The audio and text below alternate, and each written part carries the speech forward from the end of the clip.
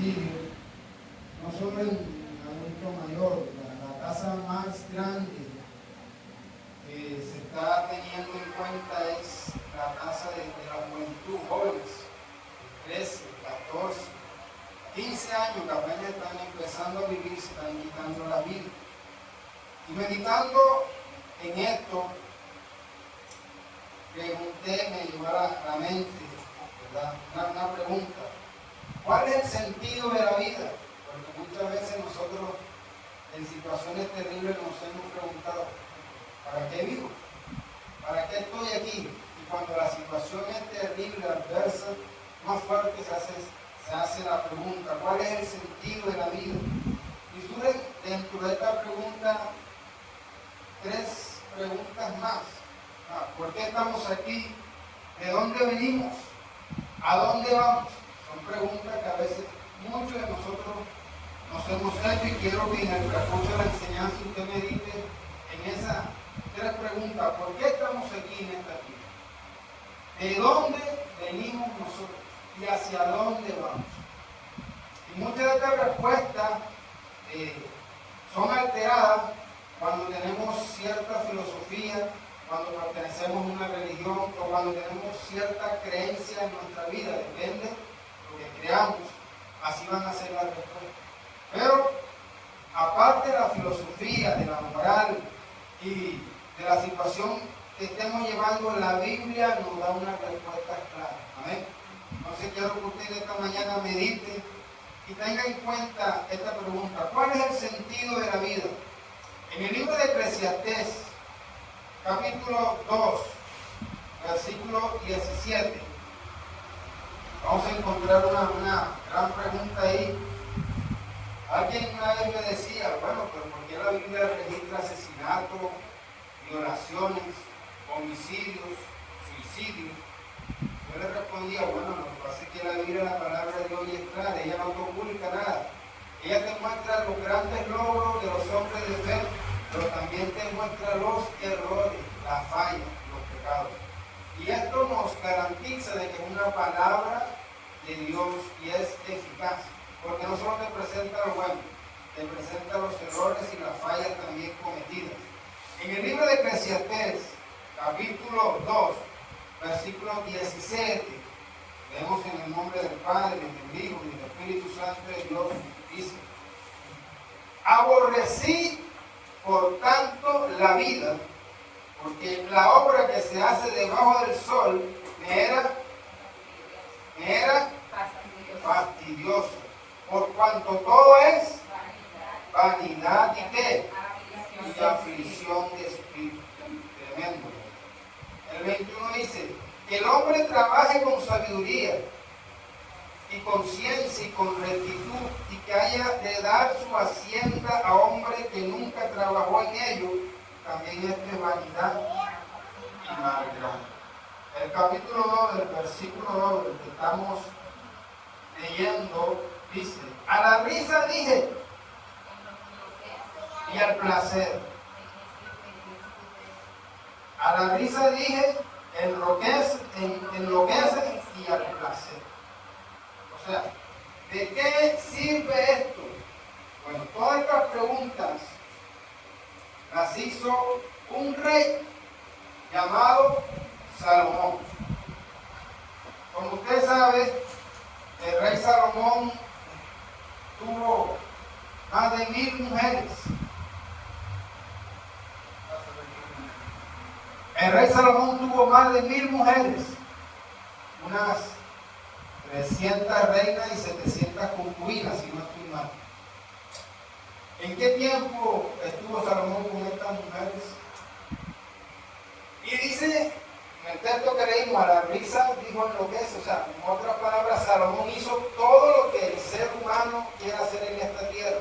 Robó de todo, tuvo todo, era un rey.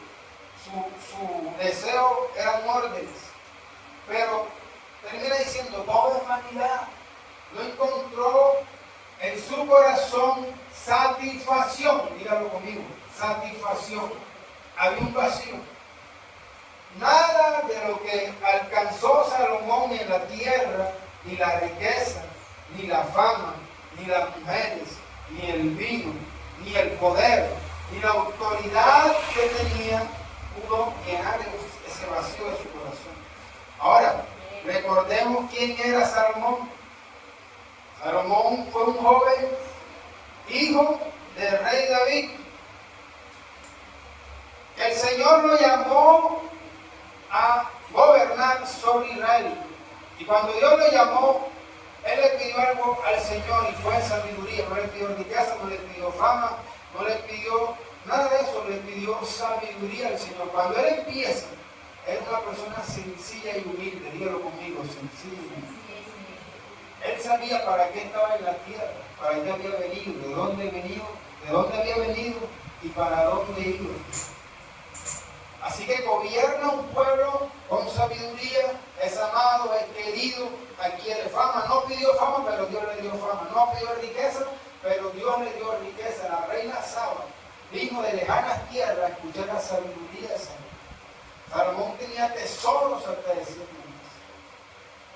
Era muy popular, pero en un momento de su vida perdió el propósito por el cual estaba en la tierra. Y aquí es donde está el problema. ¿Cuál fue el problema de Salomón? ¿Quién me lo dice? Se apartó del Señor. Se apartó de Dios. Esa fue la raíz de todos los males. Porque no era un hombre que amaba el dinero, amaba a Dios. Pero en un momento de su vida dejó de amar al Señor y comenzó a ser distraído por las cosas de esta tierra. La Biblia dice que las mujeres que tuvo desviaron su corazón de las cosas. Comenzó a entrar en idolatría, comenzó a hacer imágenes a cada mujer que tenía, porque tenía mujeres de Egipto, de otros países, y cada mujer tenía una creencia muy diferente a la que él tenía. Y la Biblia dice que cuando ya era anciano, prácticamente su corazón se desvió del Señor. Y probó de todo, y en esa desviación de los caminos del Señor no encontró satisfacción en su alma. Y muchos estudiosos de la Biblia ponen en tela de juicio la salvación de Salomón. Esto es lo triste. Un hombre que vio la gloria de Dios, un hombre que no tenía nada y Dios se lo dio todo, en un momento de su vida se desvió. Y comenzó a decir cosas como esta, no le encontró sentido a la vida. Comenzó a decir, por eso que usted encuentra en Eclesiastés palabras como esta: todo es vanidad. ¿De qué le sirve el hombre esto? ¿De qué le sirve el hombre aquello? Es el alma cansada, el alma que no encuentra satisfacción. Una vez escuchaba en un documental que hicieron de un gran actor que admiro mucho, excelente persona, muy amado, pero en un momento de su vida y realmente no sé qué pasó. Tenía hogar, tenía riqueza, tenía fama, salud, juventud, tomó la decisión de quitarse la vida. Y uno se pregunta, uno acá es humilde, sencillo, hijo de campesino, que está en una población vulnerable y que mira a estas grandes estrellas que salen en la pantalla gigante, y que uno anhela un día de pronto alcanzar un poco de lo que ellos han alcanzado. Uno se pregunta, ¿cómo una persona que está en la cima de su vida, en los mejores momentos de su vida, con fama, riqueza, juventud, salud, se tira de un edificio, se quita la vida, ¿sabes? Como que uno no encuentra una respuesta? Una respuesta es que el hombre, si Dios siempre va a tener paciencia. No importa lo que el hombre alcance. El hombre tiene que entender que hay un propósito por el cual Dios nos trajo. ¿Por qué estamos aquí? Porque Dios nos trajo, nos puso en esta tierra. ¿Para qué estamos aquí? Para la alabanza y gloria de su nombre. No hay otro propósito. Cuando usted sabe ese propósito, no va a encontrar vacío. ¿Para dónde vamos? Vamos para la vida eterna. Cielo nuevo y tierra nueva. Esas son las respuestas. Y cuando usted se sale de esa línea, no importa lo que usted haga en esta vida, los estudios que tenga, los negocios que alcance, la riqueza que llegue a almacenar, siempre va a haber un vacío en su corazón. Le dije a la risa, enloquece. Se embriagó con el vino. 1000 mujeres.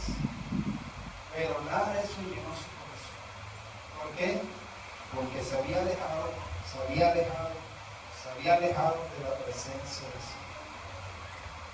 Y es lo que le pasa a mucha humanidad en esta tierra. Quiero que vaya conmigo a Segunda de Reyes, capítulo 19, versículo 4. Se fue por el desierto un día de camino y vino, se sentó debajo de un enebro y deseando, dígalo conmigo, morirse, dijo: basta ya, oh Jehová, quítame la vida, pues no soy yo mejor que mis padres. ¿De quién estamos hablando aquí? Estamos hablando del profeta Elías. Ahora, ¿de dónde venía Elías?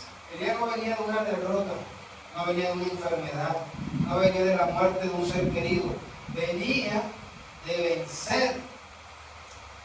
Había reunido Elías a más de 400 profetas de Baal. Había confrontado al rey y a la reina de aquel entonces, el rey Acab y Jezabel, que era la reina. Y había degollado a todos estos falsos profetas. Había hecho en su oración que descendiera fuego del cielo y consumiera el sacrificio. El pueblo se había vuelto al Señor. Ahora, la pregunta es, ¿por qué Elías, después de venir de una victoria, de ver la gloria de Dios, una oración respondida, de haber derrotado a los enemigos, dice: quítame la vida, Señor, no quiero vivir? Un hombre de Dios. Elías estaba aquí con usted conversando y el Espíritu de Dios venía, porque había una relación tan cercana con Dios que el Espíritu se lo llevaba y Elías aparecía en otro barrio, en otro sector. Elías corría más veloz que un caballo. O sea, la influencia espiritual de Dios en Elías era increíble. Hacía descender el fuego del cielo. Era un profeta temido en el pueblo. Levantaba muertos. La unción y el poder de Dios en la vida de Elías era una cosa admirable en el pueblo de Dios. Sin embargo, en un momento de su ministerio, Elías se siente cansado y desea la muerte. Estamos hablando de hombres y mujeres que estaban en la presencia de Dios. Y esto hay que entenderlo, porque la gente habla de los pastores y de los ministros como superhombres. Los hombres de Dios no son superhombres, son personas como ustedes, que sienten, que lloran, que se enferman, que tienen debilidades, que lloran en secreto. ¿Y sabe lo más terrible? Es cuando usted es un ministro o cuando usted es un pastor, es la carga que usted lleva por otras personas. Esto espiritualmente pesa. La gente dice: los pastores no trabajan, ellos no saben lo que es ser un hombre y una mujer de Dios, levantarse en la madrugada, reclamar, en tener lucha espiritual, en pelear con los demonios, con el mismo diablo. ¿Sabe lo que le pasaba a Elías? Elías estaba afligido en su alma. ¿Por qué estaba afligido Elías en su alma? Porque el pueblo de Israel era un pueblo que se había rendido a Baal. ¿Quién era Baal? Baal era un dios que adoraba a los cananeos. Baal era el dios que adoraba a la reina. La reina había hecho altares a este dios. Hacían sacrificios, mataban a los niños. Se encontraban haciendo ceremonias sexuales dentro del pueblo. El templo de Dios estaba contaminado y los profetas de Dios estaban escondidos en cuevas. Y Elías se cuestionaba y decía: no, ¿cómo es posible que los hombres de Dios tenemos que estar huyendo? Y los profetas de Baal estaban sentados en la mesa del rey, con pollo, con vino, con excelente banquete, pues custodiados por el ejército, con honores y favores, mientras los que estaban haciendo la obra de Dios, esta parte de la que muchos no entienden, estaban siendo perseguidos. Había profetas que estaban escondidos en cuevas de 50 en 50 y eran alimentados con pan y con agua por un buen hombre del ejército que era Elías, el Señor lo tenía escondido, se lo llevaba de un lugar a otro. Y en este momento que tuvo Elías de victoria, comienza a meditar en todas estas cosas y desea la muerte. Esto es lo difícil de un ministerio, el peso y la carga que se lleva en el espíritu. Un ministro no solamente lleva la carga del pueblo, lleva la carga de sus hijos, de la esposa, de la finanza, de tantas cosas. La lucha espiritual es desgastante. Usted no cree que ministrar es sabroso. Hay una lucha en el espíritu. Una administración, cuando hay una administración, las cosas no acaban ahí. Usted sigue en su casa ministrando, siendo atacado en su trabajo, donde está. La lucha espiritual es constante, porque lo que el enemigo quiere es derrotarlo a usted, como ministro, como pastor, como oveja, que no siga los caminos del Señor. Y Elías estaba en esta situación de su vida, de su ministerio, donde dijo: basta ya, Jehová, quítame la vida. Pensó en la misma muerte. ¿Cómo un hombre de Dios puede pensar en la muerte? Sí. Cuando una pastora me decía: Miguel, nosotros no podemos ser más buenos que Dios. Y ese es el problema de nosotros cuando queremos ser más buenos que Dios. A veces hay que decir que no, a veces hay que decir que no. Y cuando tú tomas la carga que no es tuya, porque la iglesia nosotros somos adoradores de Dios en la obra. Pero Elías tomó la carga de Dios. Él quería que el pueblo se convirtiera, él quería que el pueblo siguiera al Señor, y un buen deseo. Pero ¿quién es el que hace la obra? El Señor. Y Dios comienza a tratar con cada persona de una forma individual. Elías se cargó, llevando una carga que era de Dios.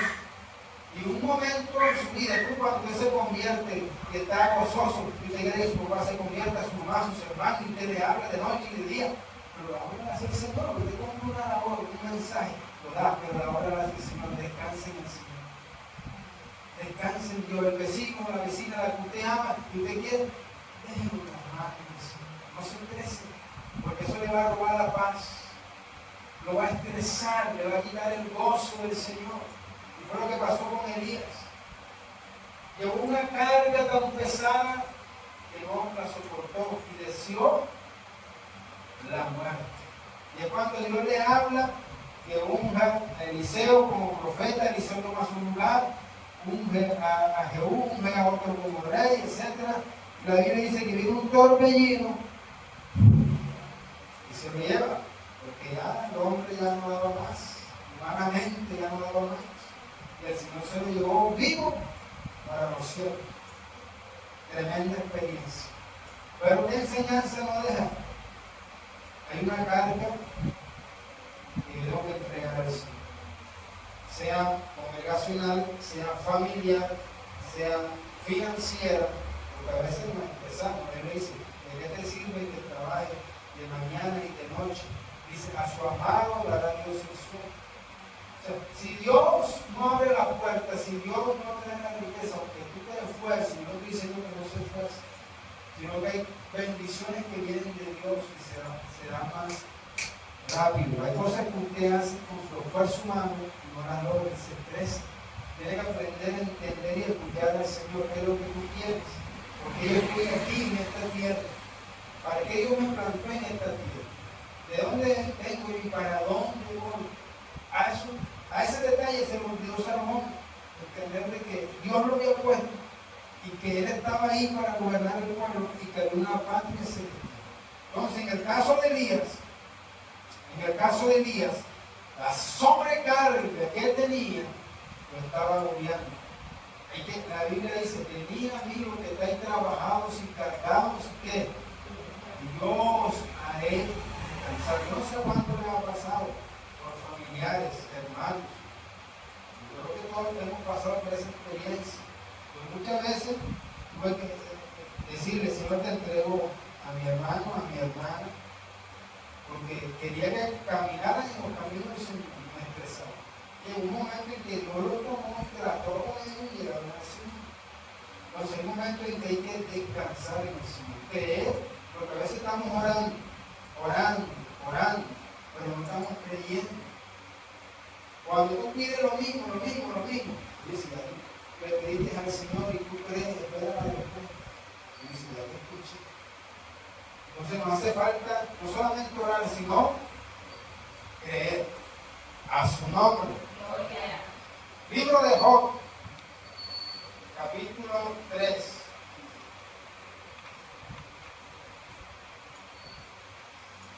Libro de Job, capítulo 3, versículo 1.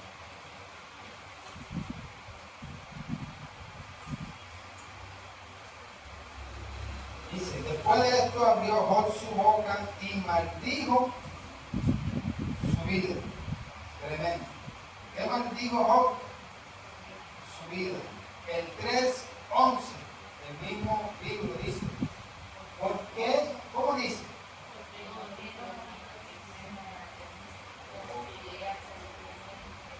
¿Por qué no morí yo en la matriz o expiré al salir del vientre? Tremendo. El 3:15, versículo 15 dice, o con los príncipes que poseen el oro que llenaban de plata su casa. ¿Por qué no fui escondido como abortivo, como los pequeñitos que nunca vieron la luz? Allí los impíos dejan de perturbar y allí descansan con agotadas fuerzas. Allí también reposan los cautivos, oyen la voz del capataz. Y allí está el chico y el grande y el siervo libre de su Señor. Tremendo.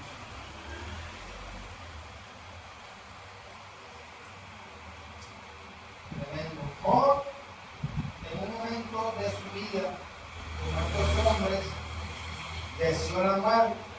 Ahora, Job no tenía una congregación, Job no era profeta, como era Elías, que estaba dirigiendo un pueblo, ¿ya? Elías, en otro caso Moisés, si no aquí encontramos ahí, pero Job era un patriarca, un hombre de Dios. La Biblia dice que ciertamente, dice, no hay un hombre justo, recto, temeroso de Dios y apartado del mal como quien. Y era un hombre de oración, de súplica, que hacía sacrificios al Señor. La pregunta es, ¿qué lo conlleva a desear la muerte? A no querer haber nacido. Si estudiamos un poco la vida de Job, la Biblia dice que un día, o cada día, Job hacía sacrificio por sus hijos. Y le decía al Señor, Señor, te presento a mi hijo, fulano. Tenía 10 hijos, 7 hombres y 3 mujeres. Y se lo presentaba a Dios y hacía sacrificio cada mañana por ellos.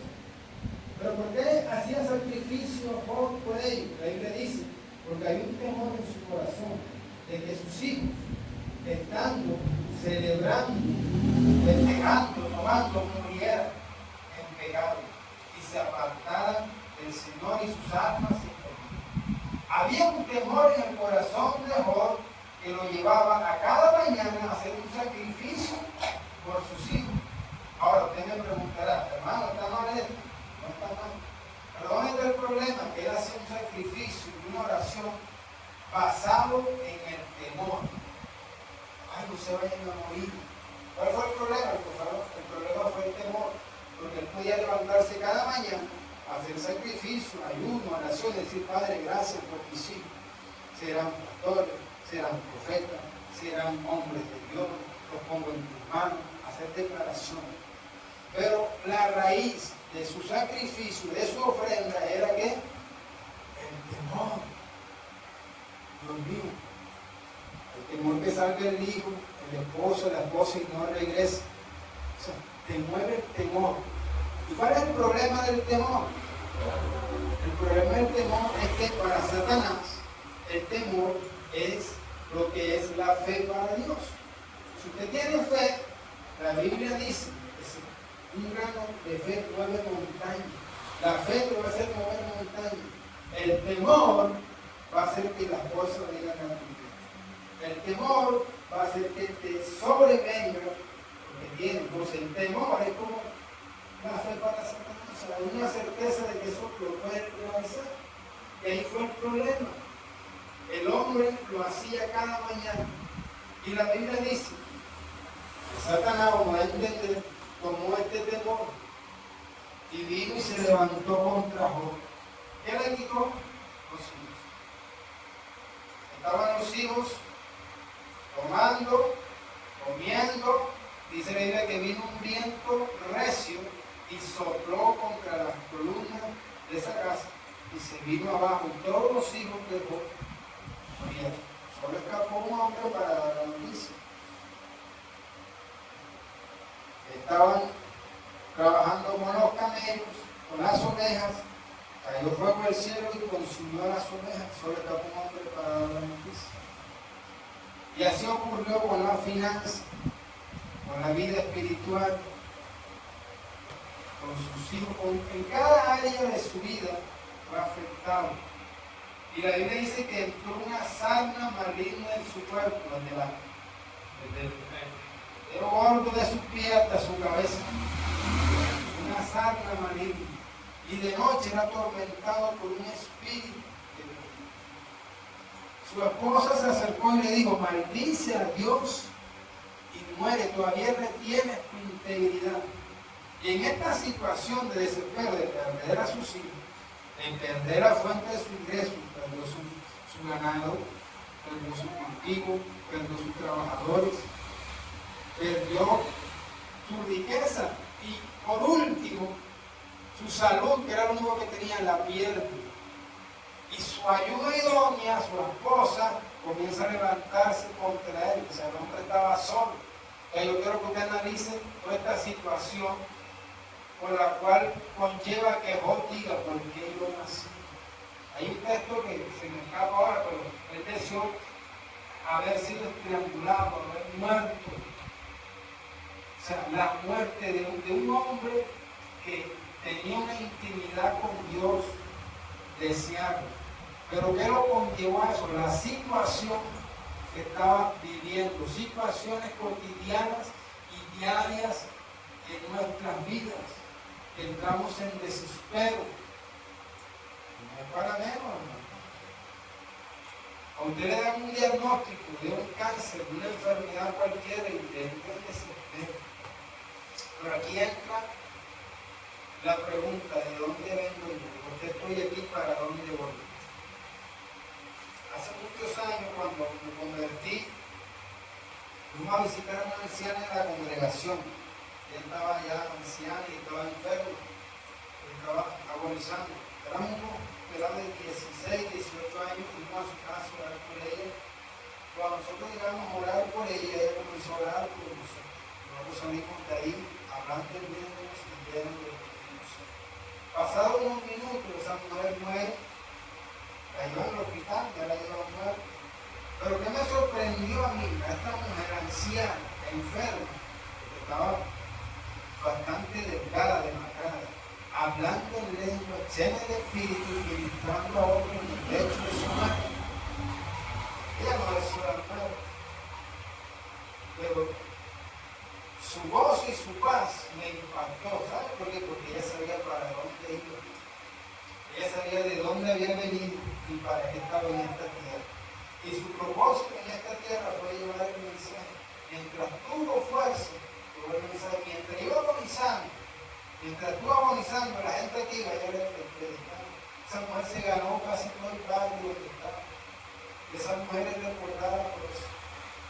Y ese es el problema de nosotros, que no sabemos de dónde hemos venido. O sea, ¿qué estamos en esta tierra?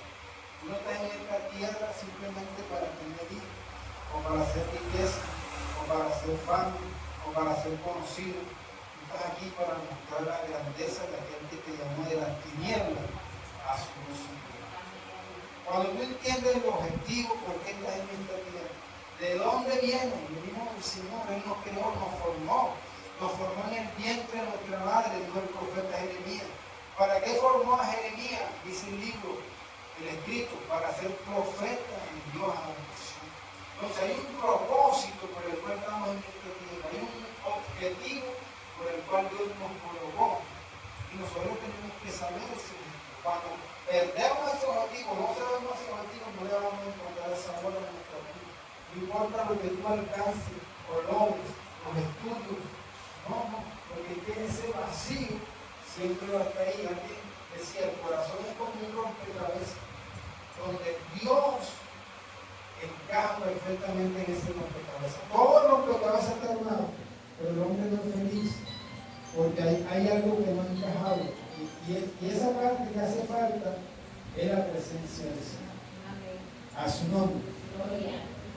Así que Job en un momento de su vida se encontró en esta situación, pero Job se encuentra nuevamente con Dios. Dios le abre un torbellino, Dios lo sana, él ora por sus amigos que fueron a buscarlo, y la Escritura dice que Dios le dio el doble de lo que tenía. Le dio hijos, le dio fama, le dio riqueza, le dio el doble de todo lo que tenía. ¿Por qué? Porque Job entendió su objetivo de la vida. Y no, o sea, porque la Biblia no esconde todo lo que él expresó, estos hombres de Dios nos muestran su humanidad. En mi humanidad, en un momento de mi vida, yo también voy a desear la muerte, o para que estoy aquí en los caminos del Señor. Y eso que soy cristiano, a veces me dicen, eso que eres cristiano, y mira la situación en que está llevado, y no consigue empleo, y el hijo se enfermó. Pero tienes que entender por qué estás en esto. Y Dios te deja ver qué haces tú en medio de esa situación.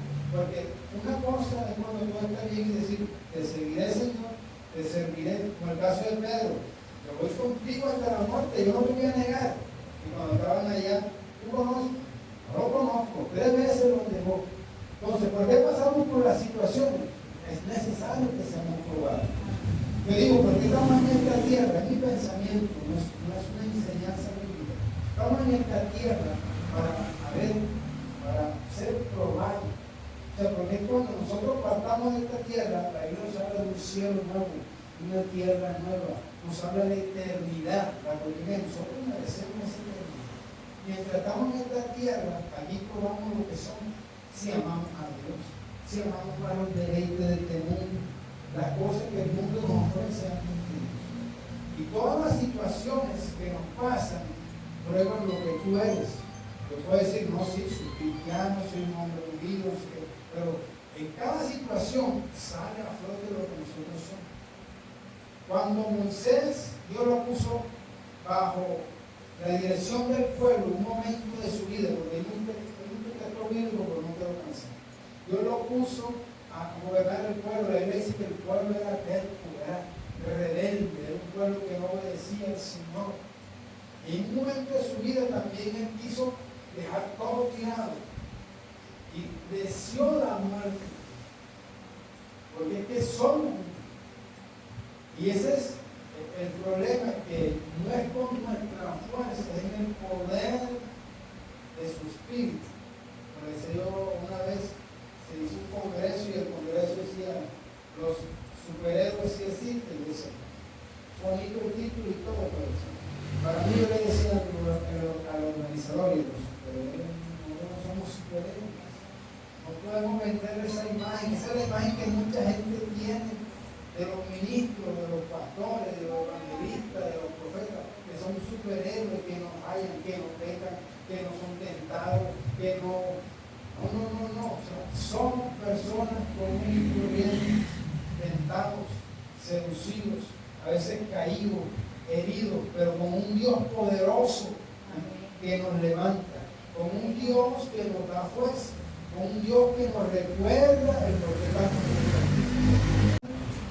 Así que lo que yo alcance en esta tierra, gloria a Dios, si me da todo lo que yo quiero o deseo. Pero mi objetivo principal tiene que ser la vida eterna. ¿Por qué? Porque todo lo que yo alcance aquí se quedará. Pero lo que en lo espiritual, eso trasciende, eso va a ser eterno. Cielo nuevo, tierra nueva. Dice que ahí estaremos con el Señor. Cuando uno pierde ese enfoque de para qué el Señor nos llamó, para qué estamos en esta tierra, de dónde hemos venido. Cuando tú pierdes ese enfoque, cualquier cosa te va a molestar. Si te despiden del empleo, si los negocios no se te dan, siga muchacho, el muchacho te dice que no, si te abandona, o sea, te vas a derribar.